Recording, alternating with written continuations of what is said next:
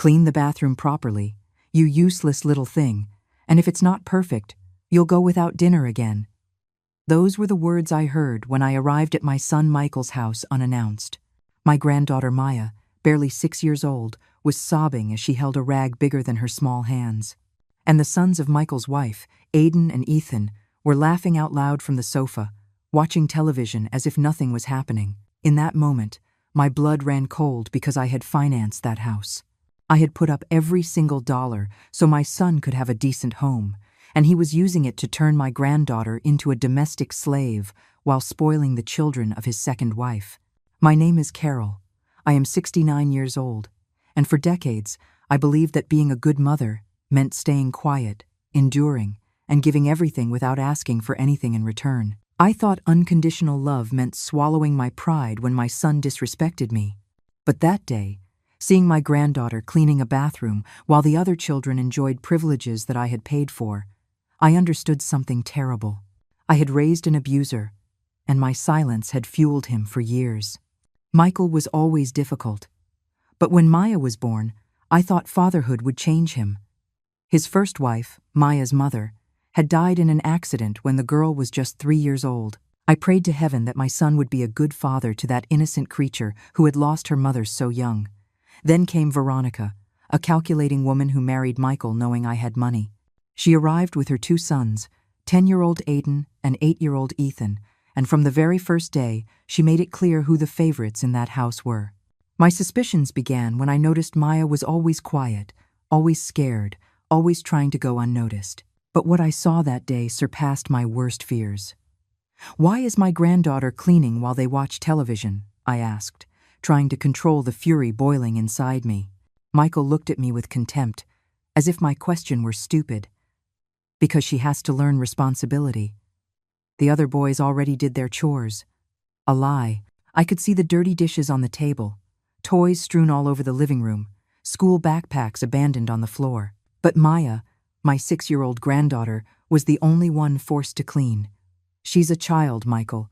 She should be playing, not working like a housekeeper." Veronica appeared from the kitchen, drying her hands on a towel. Her fake smile failed to hide the venom in her eyes. "Oh, Carol, don't exaggerate.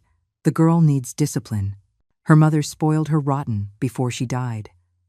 The insult to the memory of Maya's late mother was the straw that broke the camel's back. But I contained myself, knowing what I was capable of doing. That night, when I returned to my apartment, I couldn't sleep. The images of my granddaughter sobbing repeated in my mind like a nightmare. Then I remembered something I had kept secret for years. When Michael asked me for help to buy that house, I didn't just give him the money. I had financed it in my name. The house had been in my name from the beginning, but I never told him. I wanted him to feel independent, to believe he had achieved something on his own. What a huge mistake that act of generosity had been, because now my son was using my own house to torture my granddaughter, and I had the power to stop him. That night, I made a decision that would change our lives forever. The next day, I returned to the house earlier, but this time I didn't ring the doorbell. I used my copy of the key that I had kept since the construction. What I found shattered my soul and confirmed my worst suspicions. Maya was in the kitchen, standing on a chair to reach the dirty breakfast dishes in the sink. Her small hands trembled as she tried not to break anything. At the table, Aiden and Ethan were calmly finishing their sugary cereal, watching videos on Veronica's phone. Michael was reading the newspaper as if he were the king of his castle. "Hurry up, Maya, or we'll be late for school," Veronica yelled from her room. "And don't forget to pack your brother's lunchboxes." Brothers. That word wounded me like a knife. Aiden and Ethan weren't Maya's brothers. They were the spoiled sons of a woman who had turned my granddaughter into her personal servant. I stayed hidden, watching. Maya prepared the lunchboxes with quick, nervous movements. When she put more ham in Aiden's sandwich than in Ethan's, the younger one complained. "Mom, Maya gave me less food than Aiden again." Veronica came down the stairs like a fury. Her bright red dress contrasted with the hateful expression on her face.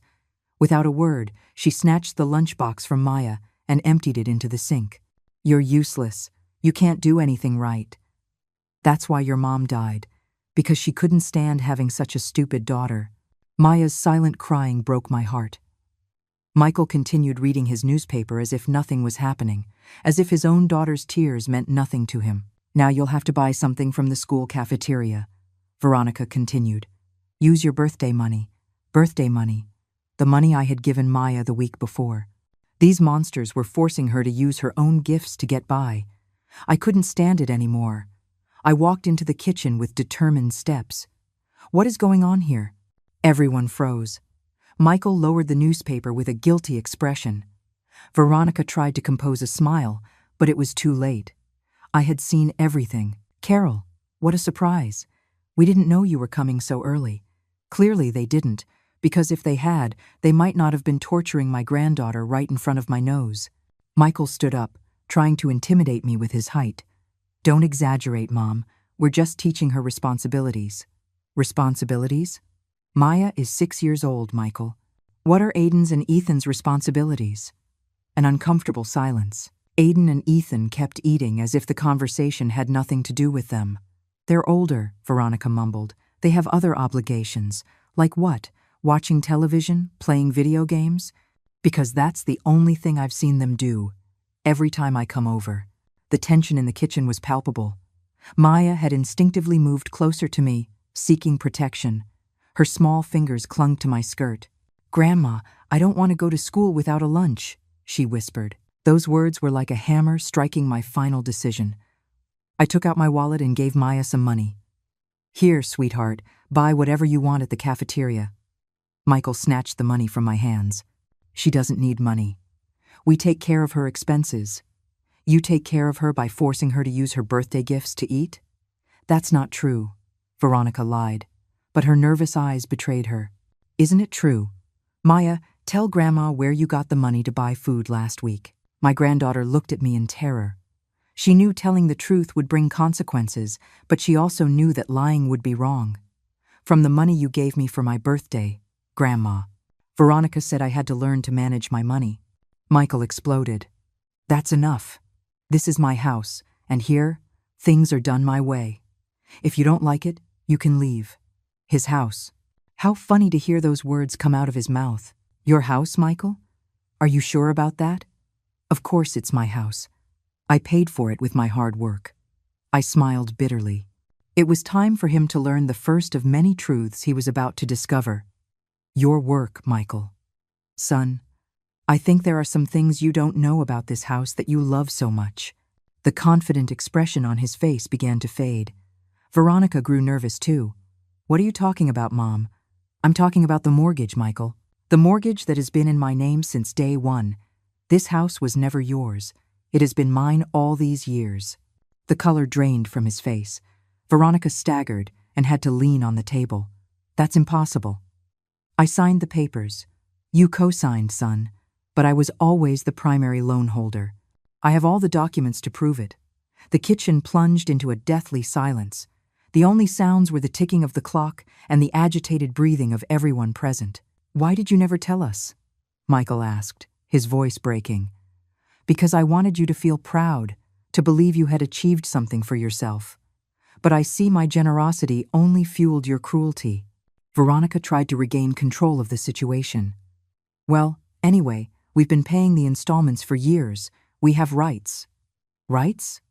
Rights to abuse a 6-year-old girl? To turn my house into a hell for my granddaughter? I took Maya's hand. Her small fingers clung to mine desperately. We're leaving, sweetheart. You're coming with me. You can't take her, Michael shouted. She's my daughter. Your daughter. The same daughter you forced to work as a housekeeper? The same daughter who cries every night because she's insulted and humiliated? I headed for the door, but Michael blocked my path. You're not taking Maya, and this conversation is over. It's my house, and my rules are respected. Your house, I repeated, pulling out my phone. Perfect. Then you won't have a problem with what I'm about to do right now? I dialed the bank's number. Michael and Veronica looked at me with growing terror. Good morning. This is Carol Peterson. I want to cancel the mortgage on the house located at. Hang up that phone right now, Michael screamed, trying to snatch the phone from me. But it was too late. The bank executive was on the other end of the line, confirming my identity and the property details. Mrs. Peterson, I understand you wish to cancel your mortgage. Are you sure about this decision? Once the process is initiated, there is no turning back. Completely sure, I replied, not taking my eyes off the terrified faces of Michael and Veronica. I want to cancel the financing immediately. I will not pay another installment. Veronica lunged at me, but I stopped her with an icy glare. What does that mean exactly? The executive asked. Do you wish to sell the property or transfer the loan? It means I'm canceling everything. The property can be released for the bank to do whatever they deem necessary. I am completely disassociating myself from the financing. I understand. In that case, the property will go into foreclosure. The current occupants will have a period of 30 days to vacate or reach a direct purchase agreement with the bank. Perfect. Send me all the documents by email.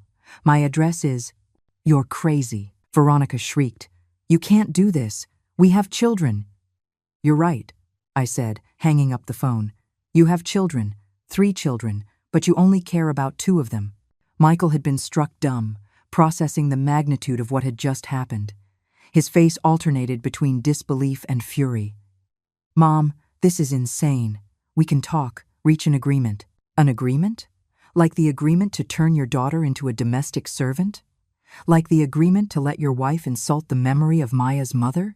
Aiden and Ethan, who had been silent until then, began to understand that something serious was happening. Mom, what does it mean we have to leave the house? Aiden asked. Veronica didn't know what to say. Her plans for a comfortable life were crumbling before her eyes. It means Maya's grandmother is a selfish woman who doesn't think about the consequences of her actions, she said with venom in her voice. Selfish? For protecting my granddaughter from abuse? For not allowing my own house to be turned into a place of torture?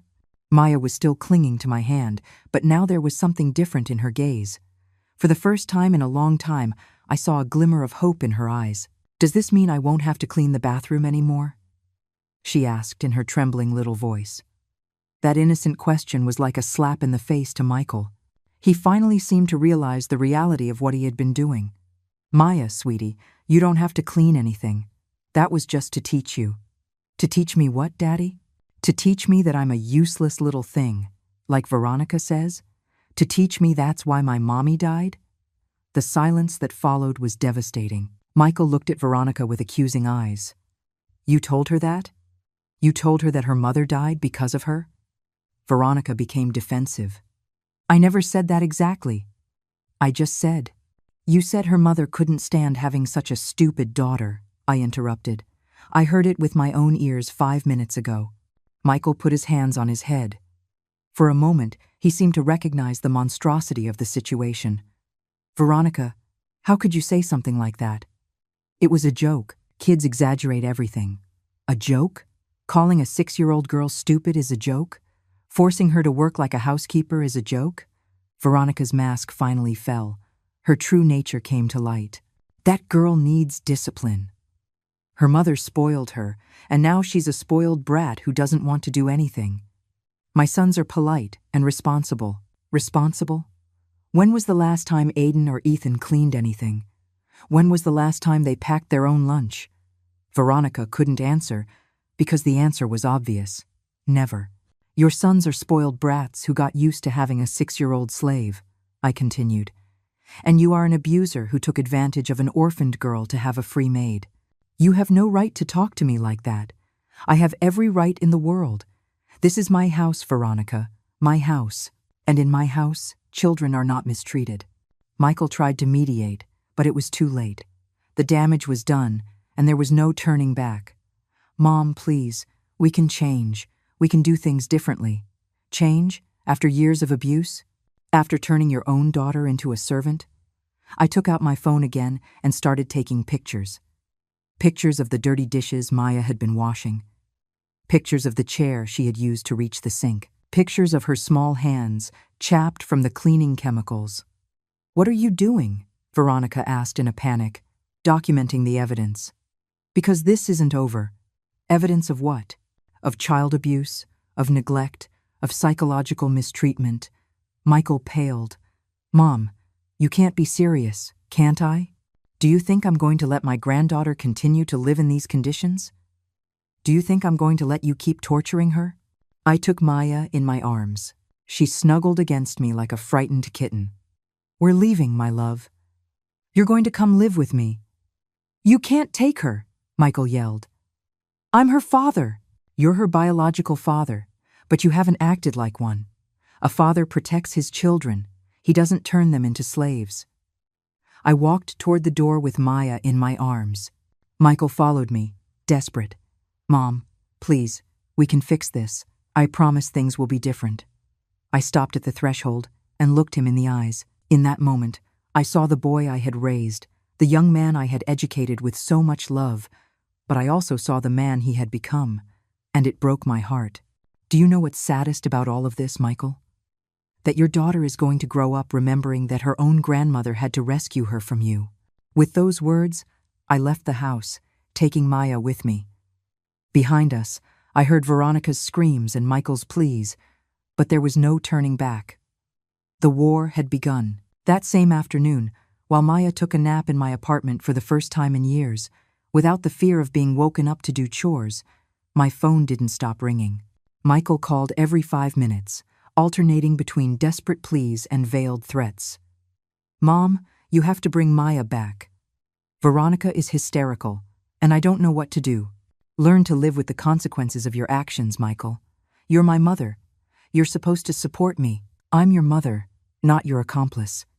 And I am definitely not an accomplice to child abuse. I hung up the phone, but it rang again immediately. This time it was Veronica. Carol, this is kidnapping. I'm going to call the police if you don't bring Maya back immediately. Go ahead, call the police.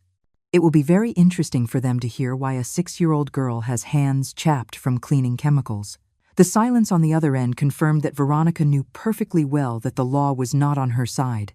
Besides, I continued, I have something that will interest you very much. I opened my phone's recording app. For weeks, I had been secretly documenting my visits to the house. I had recordings of Veronica yelling at Maya, of Michael ignoring his daughter's cries, of the other children laughing while my granddaughter was humiliated. What is that? Veronica asked, her voice trembling. Your voice telling a 6-year-old girl that she's useless, and that's why her mother died. Would you like the whole neighborhood to hear this? You were recording us? Of course. When a grandmother suspects her granddaughter is being abused, she takes precautions. And I have hours of recordings, Veronica. Hours. I hung up the phone and put it on silent. I needed to think clearly and plan my next moves. While I was making dinner for Maya, I reflected on the years of willful blindness. All the signs had been there.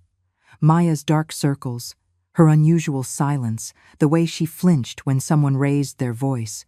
I had seen them, but I had chosen to believe Michael's explanations. She's shy, he would say. She's grieving for her mother, he would justify. Kids can be dramatic, he would minimize. How foolish I had been, how blind and how cowardly. Maya woke up from her nap and came to me in the kitchen. Her big eyes still reflected distrust, as if she expected me to order her to clean something at any moment. Grandma, do I have to help you with dinner? No, my love. You just have to be a little girl. Play, laugh, learn, nothing more. She stood there, as if she didn't understand the concept of not having obligations. But, who's going to clean? I'm going to clean, Maya. Adults clean, children play. And if I don't clean well, will you punish me? Those words pierced me like daggers. I knelt in front of her and took her small hands in mine. Listen to me very carefully, my love. I will never, ever punish you for not cleaning. I will never yell at you. I will never call you useless. And I will never, ever allow anyone else to do so. For the first time in a long time, I saw a genuine smile on my granddaughter's face. That night, after putting Maya to bed, I called my lawyer. Samuel was an older man, experienced in family law cases, and had been a friend of my late husband. Carol, it's good to hear from you. How can I help? I told him the whole situation.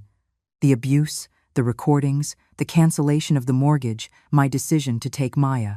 It's a complex case, Samuel admitted.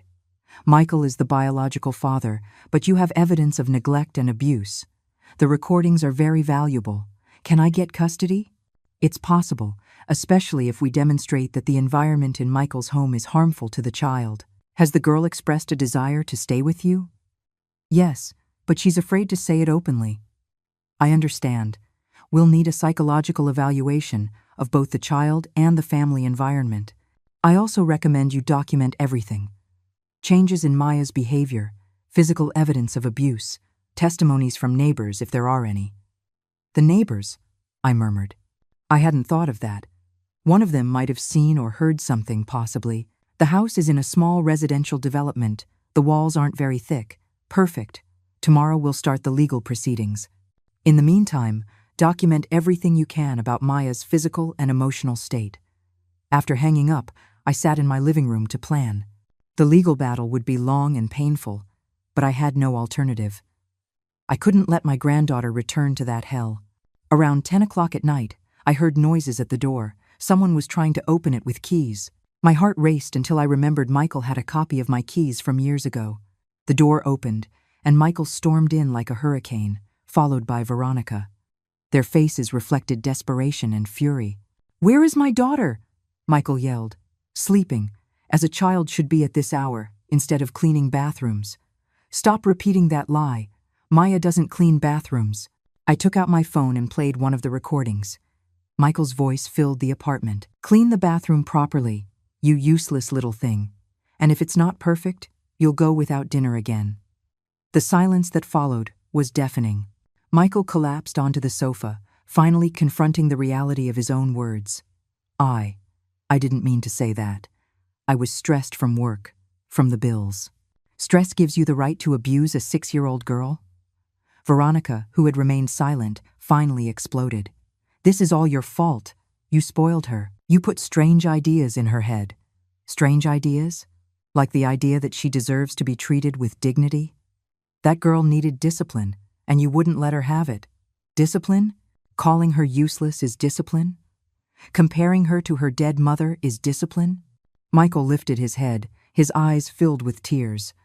"Mom, please, can we fix this? Veronica can change. I can change. How have you changed over the last 3 years?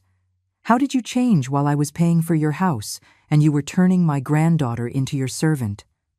Suddenly, a small voice came from the hallway. "Grandma, why are they shouting?" Maya appeared in the living room, rubbing her eyes. Upon seeing Michael and Veronica, she immediately hid behind me. "I don't want to go home," she whispered. "Please, Grandma, don't make me go." Those words were the final blow for Michael. He realized that his own daughter was afraid of him. "I don't want to go home." "Please, Grandma, don't make me go." Those words from Maya echoed in the apartment like a sentence. Michael was frozen, watching as his own daughter hid behind me as if he were a monster. "Maya, sweetie, I'm your daddy," he said in a broken voice, trying to get closer. Maya clung tighter to my robe. "I don't want to clean any more bathrooms. I don't want Veronica to yell at me. I don't want to be a useless little thing." Veronica completely lost her temper. "You see what you've done? You've brainwashed her against us." "Brainwashed her, Veronica?" "She's repeating your own words, the same words I have recorded on my phone." Michael knelt in front of Maya, but she hid further behind me. "Princess, Daddy didn't want to hurt you. Daddy loves you very much. Is that why you make me clean while Aiden and Ethan play?" Maya asked with devastating innocence. There was no answer to that question. Michael knew any justification would sound pathetic. "Maya, come here right now," Veronica ordered in her usual authoritarian tone. "Stop the drama." Maya's reaction was immediate. She burst into tears and hid completely behind me, her small body trembling with fear. "Veronica, that's enough," I exploded. "Can't you see she's terrified of you? Don't you realize the damage you've done? That girl is a manipulator. She's faking it to get your pity." Samuel had arrived without us noticing. He had used the key I had given him for emergencies. "Pardon the interruption," he said with professional calm. I heard the shouting from the hallway and was concerned for the minor's safety. "Who are you?" Michael asked, standing up. "Samuel Vega, Mrs. Peterson's attorney, and a witness to what I have just observed."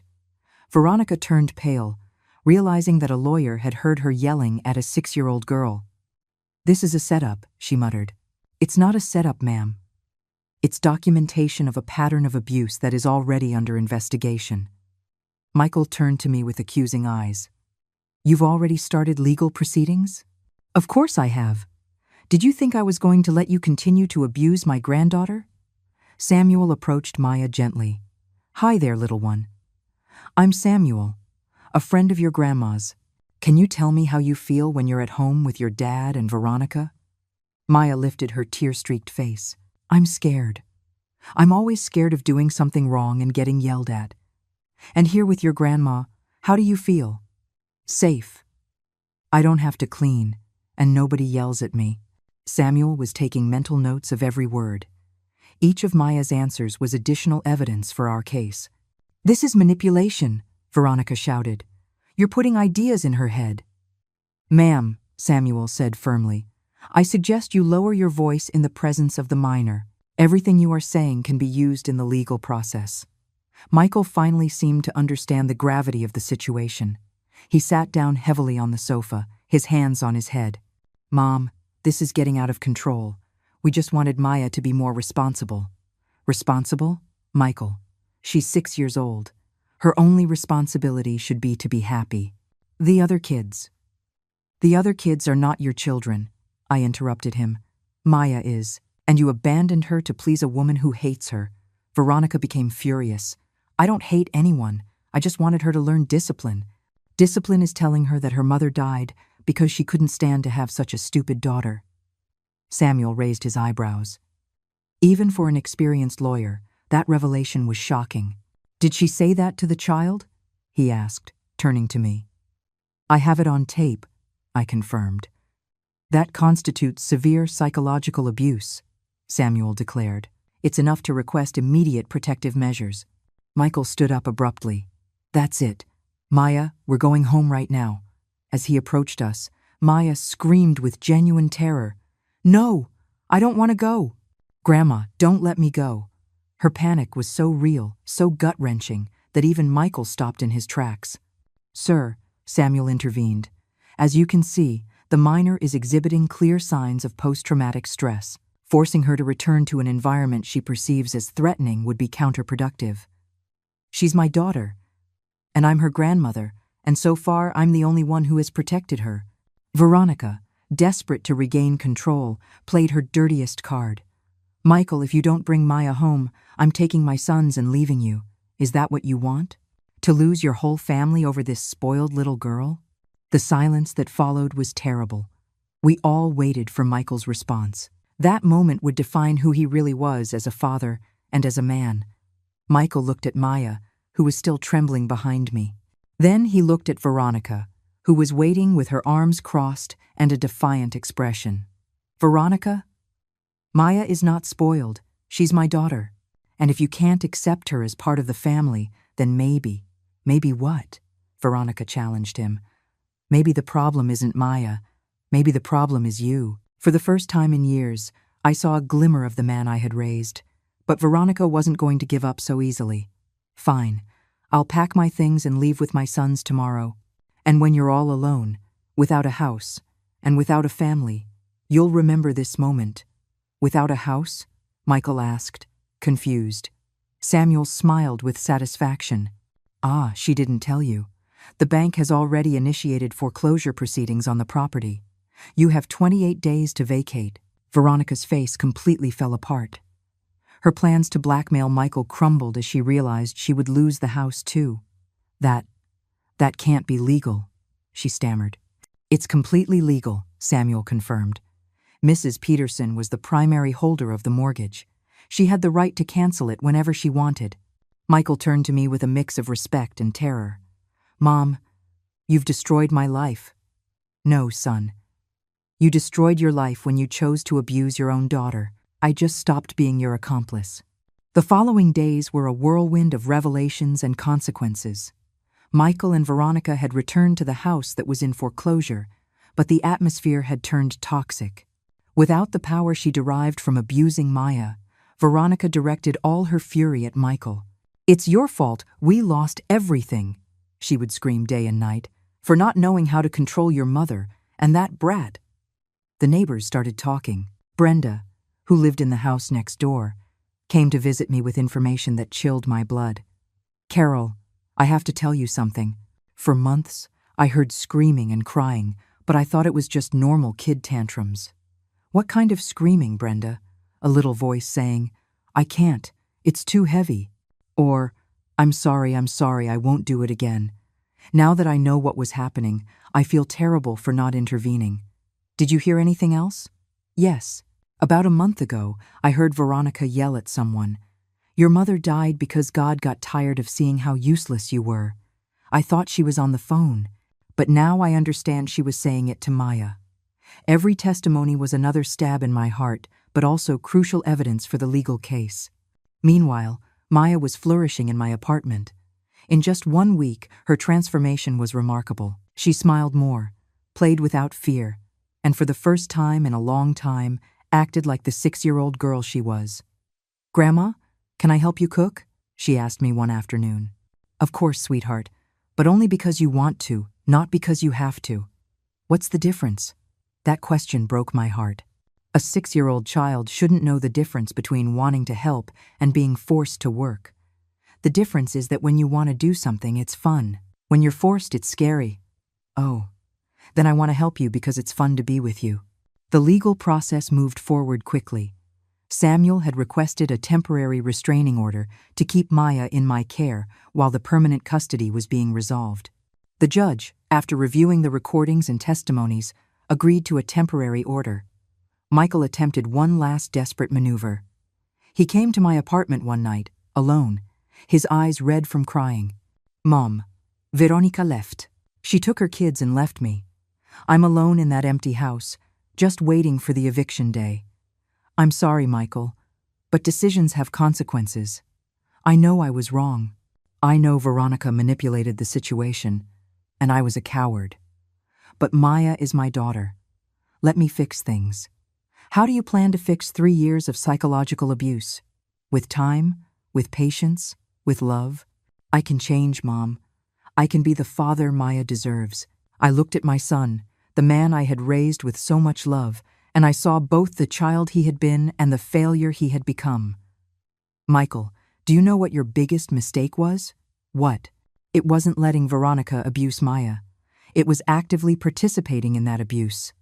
It was becoming her accomplice. But I never. You yelled at her to clean the bathroom. You called her a useless little thing. You allowed her to use her birthday money to eat. Don't just blame Veronica." The silence stretched between us. For the first time, Michael seemed to truly understand the magnitude of his mistakes. "Is there any chance you can forgive me?" he finally asked. "Forgiveness is between you and your conscience, Michael. But Maya's custody is between the judge and the evidence." The next day, something unexpected happened. Michael posted a video on his social media, a video that would change the entire course of events. "My name is Michael Peterson, and I need to confess something that is killing me inside," the video began. "For the last 3 years, I allowed my wife to abuse my 6-year-old daughter. Not only did I allow it, but I participated in that abuse." My phone started ringing immediately. It was friends, neighbors, acquaintances who had seen the video. "There are no excuses for what I did," Michael continued in the recording. "My daughter Maya was turned into a housekeeper in her own home. She was forced to clean, to cook, to serve other children while being insulted and humiliated." Tears streamed down his face as he spoke. "My mother, Carol, tried to protect Maya, and I treated her like she was a meddler. I now understand that she was the only responsible adult in this whole situation." The video went viral within hours. The comments were devastating for Michael, but they also showed massive support for Maya and me. How horrific. How can anyone treat a child like that? The grandmother is a hero for saving her granddaughter. That man doesn't deserve to be a father. Thank God that little girl has a grandmother to protect her. But more worrying comments also arrived. People who had recognized our address, who wanted to help in unsolicited ways. Samuel recommended that I temporarily change my residence for safety. "Michael's video was brave, but also dangerous," he explained. You are now public figures. You need protection. That same afternoon, while I was packing some things to move temporarily to a hotel, Maya asked me a question that left me speechless. Grandma, does my daddy still love me? Of course he loves you, sweetheart. He just got very confused and made some very bad decisions. Is that why he made the video? To say that he loves me? I think so, Maya. I think he finally realized his mistakes. Does that mean I have to go back with him? The question I had been dreading finally arrived, and I didn't have an easy answer. I don't know, my love. A judge who knows a lot about what's best for children will decide that. And if the judge says I have to go back, then you will go back, but I will always be there watching over you. You will never be alone again. Maya hugged me tightly, and in that embrace, I felt the full weight of the responsibility I had taken on. Not only had I rescued my granddaughter from abuse, but I had unleashed a media storm that could have unpredictable consequences. But as I felt her small arms around my neck and listened to her calm breathing, I knew I had made the right decision, even if the price was the complete destruction of my family. The viral video from Michael unleashed a media storm that none of us had anticipated. In less than 48 hours, journalists were camped outside the building where we were temporarily staying. News channels wanted exclusive interviews.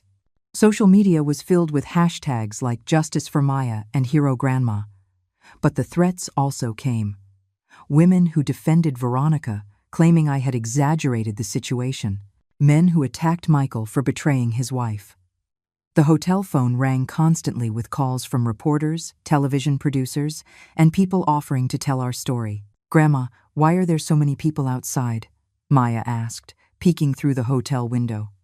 Because the story of what happened to you became very famous, my love. A lot of people want to know about you. Is it bad to be famous? It's not bad, but it can be complicated. That's why we're going to stay here for a while until everything calms down. Samuel arrived that afternoon with news that left me cold. Carol, we have a problem. Veronica has hired a lawyer and is fighting back. How is that possible? We have all the proof. Her strategy is smart and dangerous. She's saying that you manipulated the whole situation to take the granddaughter away from Michael, that the recordings were edited, and that Maya was coached to lie. That's ridiculous. The recordings are authentic. We know that. But she's using Michael's video as evidence that he was pressured by you to confess something he didn't do. Veronica's audacity left me speechless. After years of abusing an innocent child, she was now playing the victim.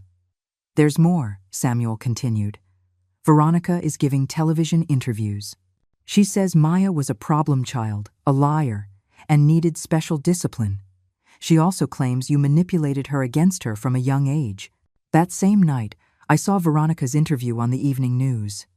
She was perfectly made up, dressed in a pink outfit that made her look maternal and vulnerable. Maya was a very difficult child from the moment I joined the family, she said with tears in her eyes. She had lost her mother and channeled her pain by hurting others. My sons lived in terror of her tantrums. Tantrums, I muttered, feeling indignation rise in my chest. Carol never accepted me as part of the family, Veronica continued.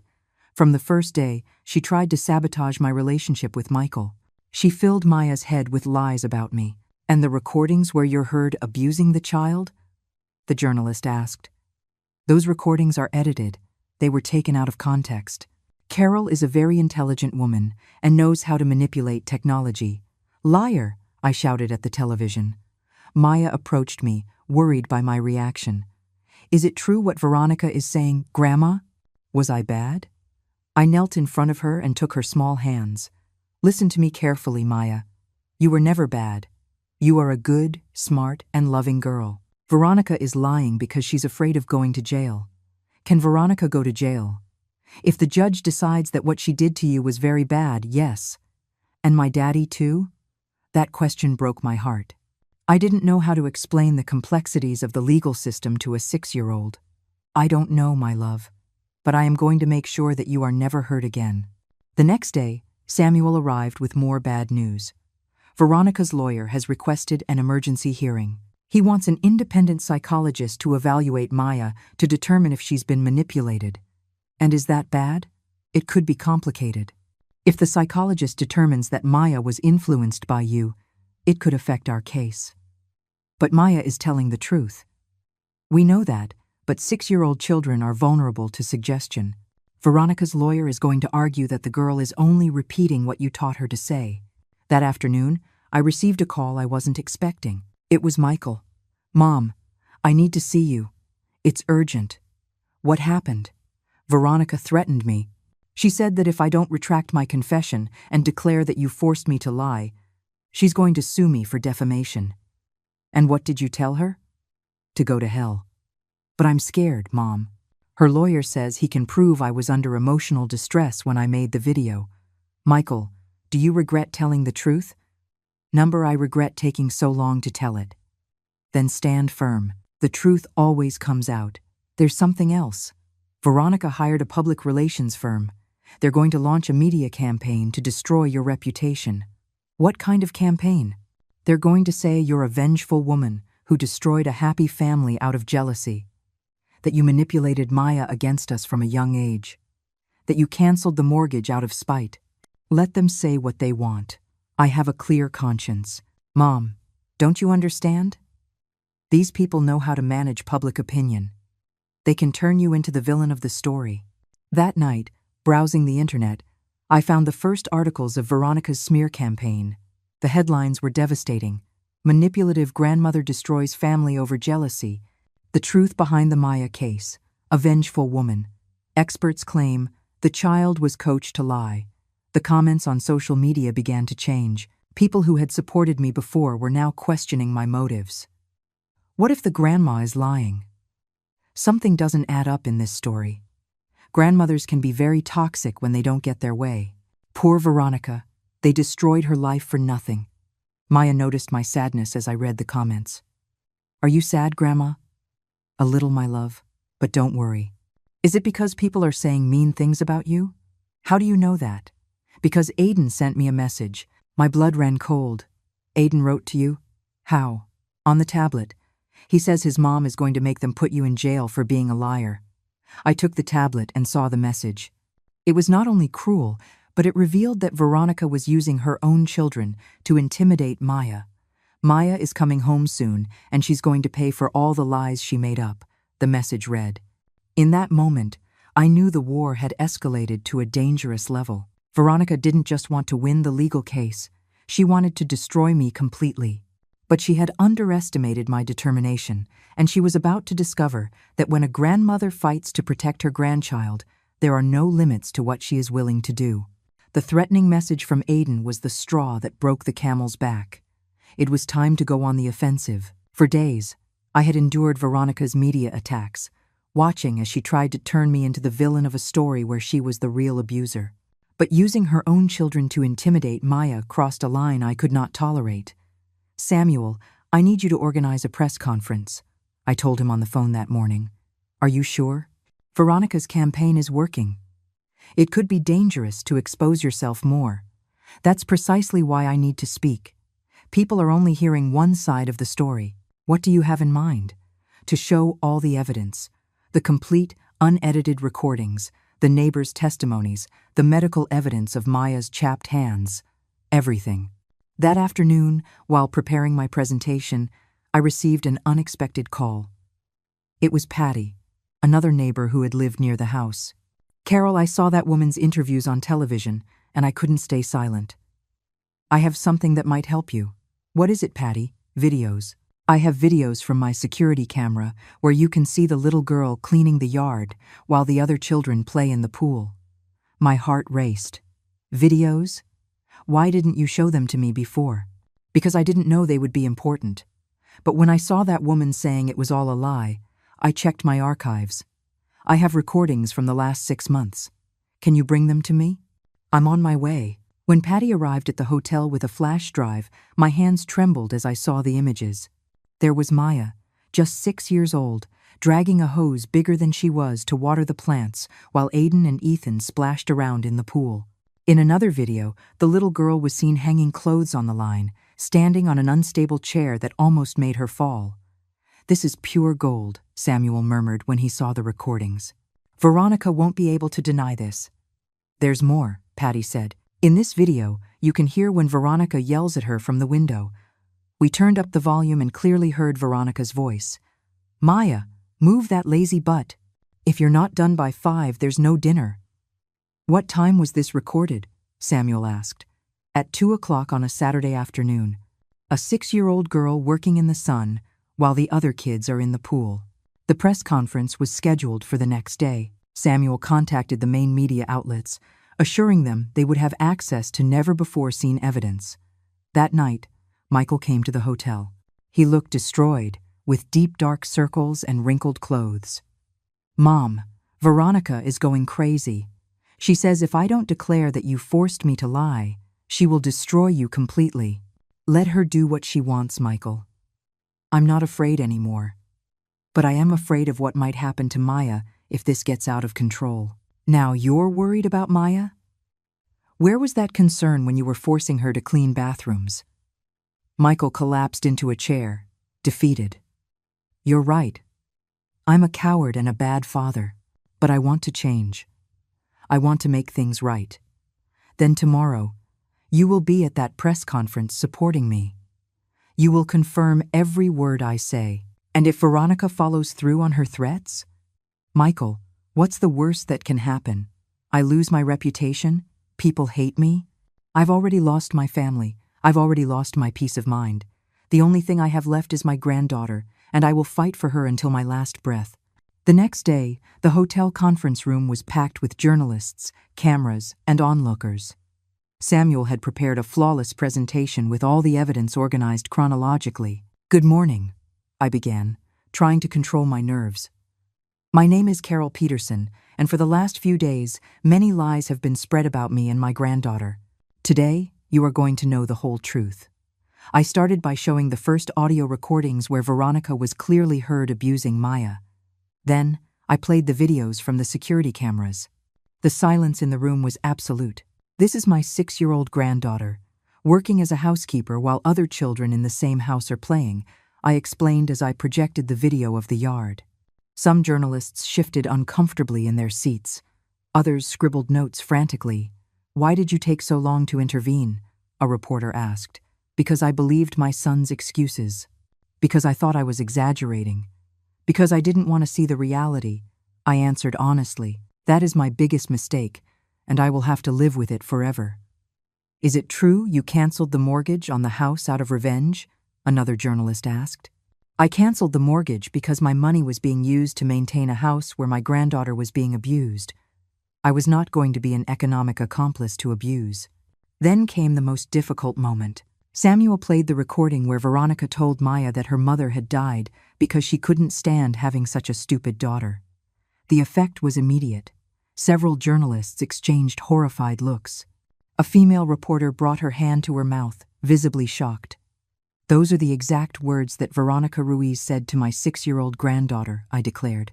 "Can anyone explain to me how that is normal discipline?" At that moment, Michael stood up from the back of the room. "I want to confirm every word my mother said," he declared with a firm voice. "I allowed that abuse. I participated in it. And now I will do everything I can to repair the damage." The murmur in the room grew. The camera flashes intensified. "Mr. Peterson, are you saying your viral video was spontaneous?" a journalist asked. "I'm saying my video was overdue. I should have spoken up years ago. I should have protected my daughter from day one." A journalist raised her hand. "Where is Veronica Ruiz now?" "Probably watching this conference and preparing more lies," I replied. "But it doesn't matter what she says anymore. The truth is here documented, recorded, and undeniable." At the end of the conference, journalists approached with more questions, but I had already said everything I needed to say. That night, the main newscasts opened with our story. The hashtags changed from number manipulative grandma to number justice for Maya and number Veronica Ruiz abuser. The comments on social media completely turned in our favor.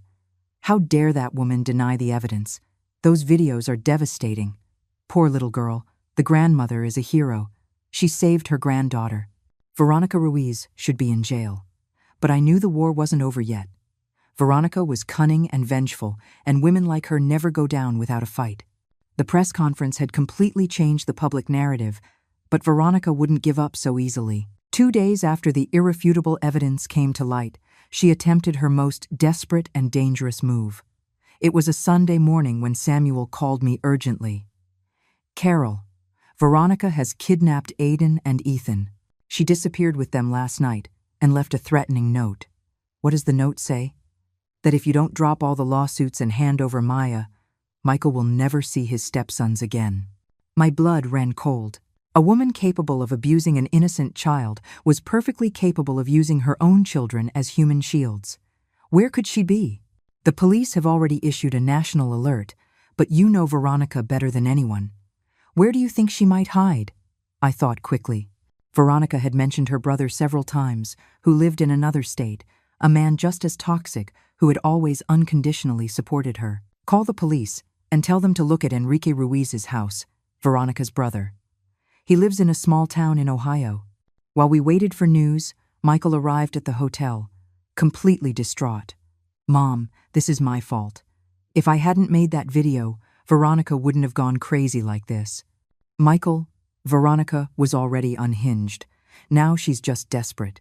And if she hurts Aiden and Ethan, she's not going to hurt her own sons. She loves them, in her toxic way, but she loves them. She's using them as her last card. What are we going to do? Wait, and trust that justice will work." 3 hours later, Samuel received the call we were waiting for. The police had found Veronica at a country house owned by her brother. Aiden and Ethan were fine, but Veronica had barricaded herself inside and was threatening to harm herself if anyone approached. "She wants to talk to you," Samuel told me. "She says she'll only negotiate with Maya's grandmother. Is it safe?" "The police negotiators will be present, but you're not obligated to do it." I looked at Maya, who was playing peacefully on the hotel bed, finally free from the fear that had dominated her life for years. "I'll talk to her. It's time for this to end, once and for all." The drive to Ohio felt eternal. During the trip, I mentally rehearsed what I would say to Veronica. I couldn't show weakness, but I also couldn't provoke her into hurting those innocent children. The country house was surrounded by police cars and ambulances.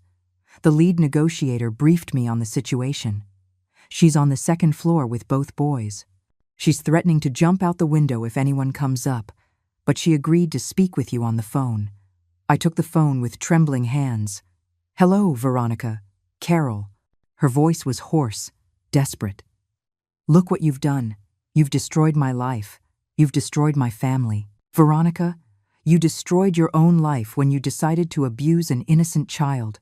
That girl hated me from day one. She was constantly sabotaging me. Veronica, she was 3 years old when you came into her life. She was a baby who had just lost her mother. Lies. She was manipulative from a young age. You trained her to hate me." I took a deep breath. It was useless to reason with her, but I had to try for the sake of Aiden and Ethan. "Veronica, Aiden, and Ethan are not to blame for any of this. Let them go, and we'll talk, just you and me. They're my sons. They're the only thing I have left after you destroyed everything. No one is going to take them from you if you let them go right now. Liar, they'll take them away from me just like you took Maya from Michael. Veronica, listen to me carefully. If you hurt those boys, you will go to prison forever. If you let them go now, we can reach an agreement." "What kind of agreement?" I looked at the negotiator, who gave a slight nod. "I will drop some of the charges. I will allow you to see your sons with supervision. But you have to surrender right now." "And Maya?" "Maya stays with me. That's non-negotiable." The silence on the other end stretched for eternal minutes. "Veronica, are you there?" "Aiden wants to talk to you," she finally said, her voice breaking. "Hello, Mrs. Peterson." I heard Aiden's frightened little voice. "My mom is crying a lot and says it's all Maya's fault." "Aiden, sweetheart, none of this is Maya's fault. Your mom is just very confused. Is it true that we did bad things to Maya?" That question broke my heart. Aiden was 10 years old and was finally understanding the reality of what had happened. "Yes, Aiden, you did bad things, but you were little and you didn't know it was wrong. I used to laugh when she cried. Does that make me bad?" "No, sweetheart. It makes you a child who was misguided. But you can change. You can be better. Will Maya forgive me? Maya has a very big heart. But first, you need your mom to let you both leave that house. Mom, I heard Aiden say to Veronica, Mrs. Peterson says Maya can forgive us if we say we're sorry. Give me that phone, Veronica yelled. Carol. Her voice had changed. It sounded defeated. Can Maya really forgive us? Sylvia, Maya is a 6-year-old girl. Her heart is full of love, not hate. But first, you have to let your sons out of there. And then what? Do I go to jail? Possibly. But your sons will remember that in the end, you did the right thing. Another long silence. Carol. Yes. I really thought I was doing the right thing. I thought Maya needed discipline. I know, Veronica, but abusing a child is never the answer. Can you tell Maya that I wasn't always bad? That in the beginning, I tried to love her? For the first time in this whole process, I heard something resembling genuine remorse in Veronica's voice. I'll tell her, Veronica. But only if you do the right thing now. Okay. I'm coming down with the boys. 20 minutes later, I saw Veronica walk out of the house with Aiden and Ethan. Holding her hands, the boys ran toward the paramedics, while Veronica surrendered to the police without resistance. When our eyes met, I saw something in hers that I hadn't seen before, the acceptance of defeat, and perhaps a glimmer of understanding of the damage she had caused. 6 months later, the judge ruled in my favor in the custody case. Maya would stay with me permanently, while Michael would have supervised visits on the weekends. Veronica was sentenced to 2 years in prison for child abuse and an additional year for the kidnapping of her own sons. Now, as I write this story, Maya is in the backyard playing with her dolls, laughing as a 7-year-old girl should laugh. Her hands are no longer chapped from cleaning chemicals. Her eyes no longer reflect fear, but curiosity and joy.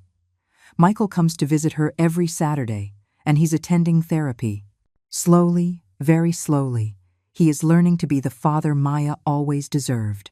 Aiden and Ethan are living with Veronica's sister, who turned out to be a more stable woman than we expected. They come to visit us once a month, and little by little, they are developing a healthy relationship with Maya. Grandma, Maya says to me as we have dinner, do you think Veronica can be good someday? I don't know, my love. But I hope she learns to be better. I wrote her a letter in jail. I told her I forgive her because Aiden asked me to. My granddaughter, at 7 years old, already has more wisdom and compassion than many adults. And what did she write back? That she's learning in jail that children shouldn't work like adults, and that she's sad for making me cry. That night, after putting Maya to bed, I reflect on everything we went through. I lost my son for a long time. I destroyed my family relationships. I faced public scrutiny and a media war. But I saved my granddaughter. I gave her back her childhood, her dignity, her right to be loved unconditionally. I don't regret financing that house that I later took back. I only regret not understanding sooner that kindness should never be practiced at the cost of self-destruction, and that protecting an innocent child is worth any price, even the destruction of everything you thought you knew about family love. Some battles are not fought for revenge. They are fought for love. And true love, the kind that protects and dignifies, always finds a way to win.